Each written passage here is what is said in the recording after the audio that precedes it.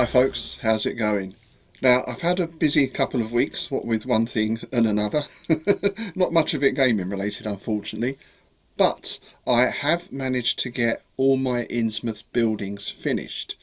So yes, the Innsmouth build is still ongoing, but I've now got around 14 buildings built, constructed, painted, based, basically ready to go. So that's a big chunk of the build done. And what I'm going to do today is give you a quick run through of how they were all completed. I did some of the construction last time. This time I'll look at how I based them up and painted them. And then I thought at the end of this, I'll give a quick review of the different manufacturers that I've used here, because there's at least three. Well, four if we count some of the older buildings, but I've spoken about those already. So in this main build, there are actually MDF kits from three manufacturers, and I'll give you a quick rundown on the pros and cons of each of those as well at the end. So, let's get started.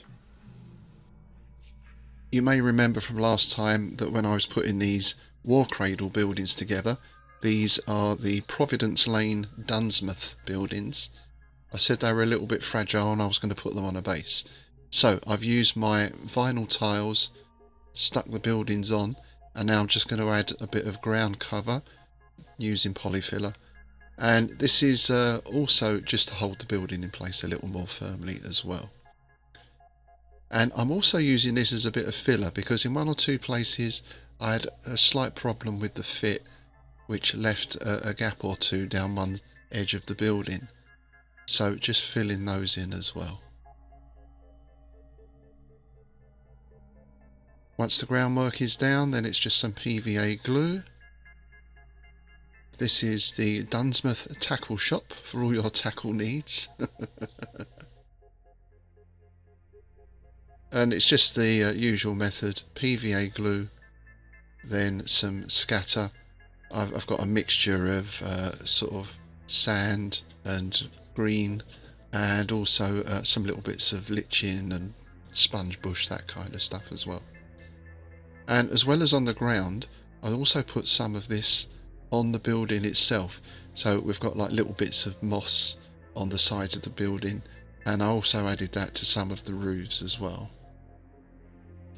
As well as the Dunsmouth range, I got some buildings from the Eston range as well, which is kind of like a sort of Viking village, I guess.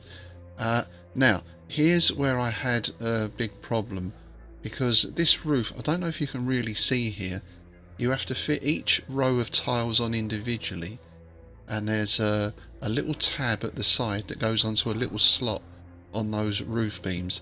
So I had to construct a sort of rig to hold all this in place while it was all glued together and dried, and about 3 times it collapsed, and yeah, it was a bit of a task actually, but it does mean that I can remove the roof of that building. When I came to do the second one, I thought, right, I'm just going to stick this roof in place. So this roof isn't removable, but it took about a third of the time to put that roof together.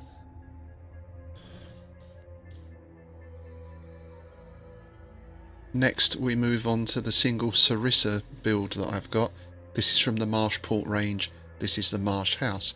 As you can see, I've put in some clear plastic for the glass in the windows, and as you can also see, this one was very easy to build in a modular fashion.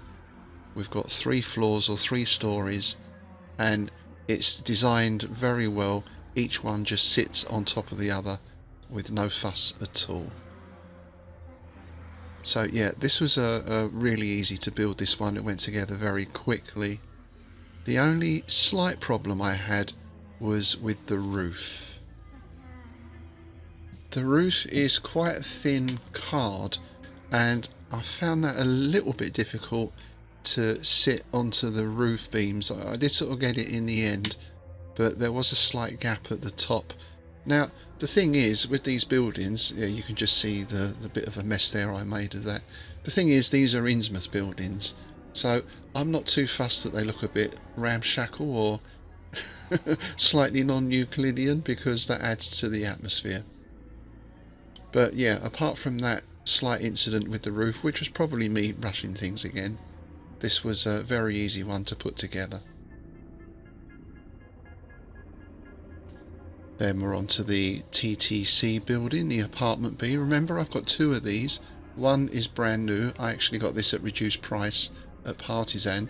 The other one, Kev down at the club gave it to me and was half built. Again, this was a nice easy build, pretty straightforward. Quite a lot of parts, but most of that is like the window frames and that sort of stuff. And again, I'm just cutting out some clear plastic to use as glass. And really the only issue I had with this one was I would have liked to make the top floor removable, the same as the Marsh house. However, the way this is designed, it would have been quite fragile, because you sort of stick that floor in here and then the upper part sort of sits on that. It may have been okay, I could have maybe reinforced the corners or something, but I just felt that might be a little bit fragile in play. So I've actually glued the bottom floor and the top floor together, but you can remove the ceiling on the top, so we do get the upper floor to use as an interior. With all the construction and basing done, it's time to get on to painting. Now the Innsmouth buildings are already painted pretty much, they just need a wash. The plain MDF ones I sprayed with matte varnish first of all as a sort of undercoat, and I'll be painting directly onto that. The first wash is a general sort of dark brown one to help bring out some of the detail, also to make the buildings look a bit grimy, to tone down some of the brightness of the colour. I think I put up a clip of how I made this and a second wash somewhere else on the channel, so you can check those out. Way cheaper doing your own than buying you know, small pots. You can see how much I've got in that jar there. That's gonna, I could wash the house with that. I don't know about models.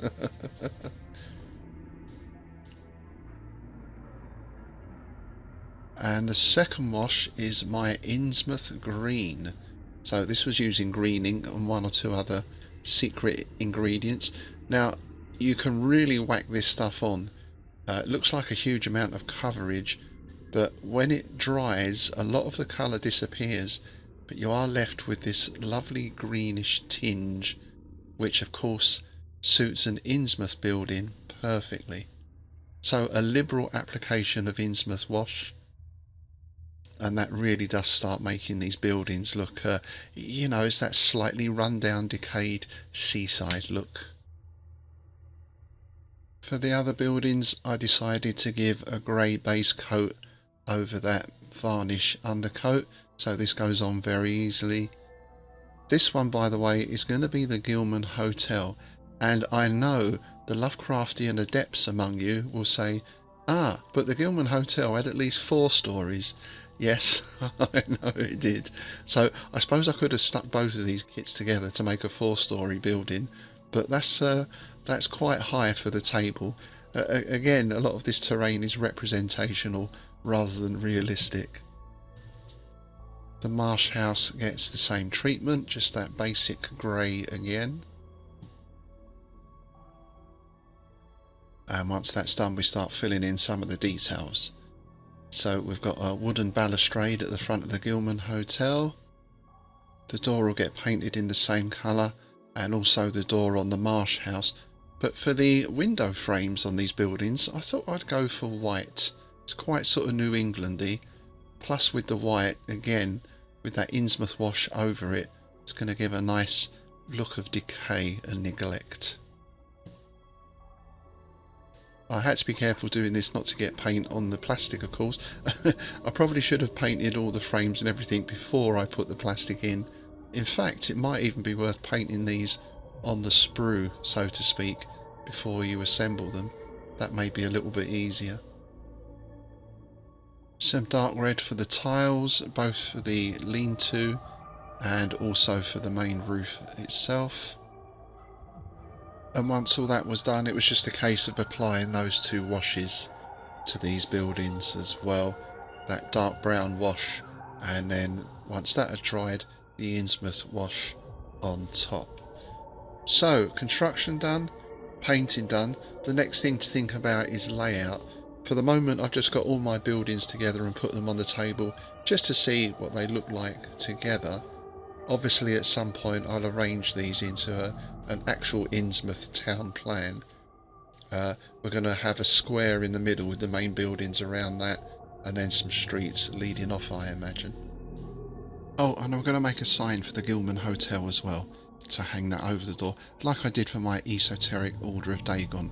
So that's one other job I've got to do there. Okay, so there we go. As I say, that's the majority of the build done, at least in terms of the actual buildings.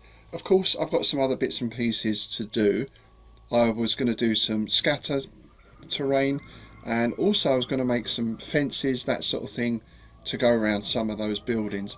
I'm not sure if Innsmouthians have gardens as such. Are they really into gardening? Well, I'm sure they know how to bury things, but other than that, I'm not too sure.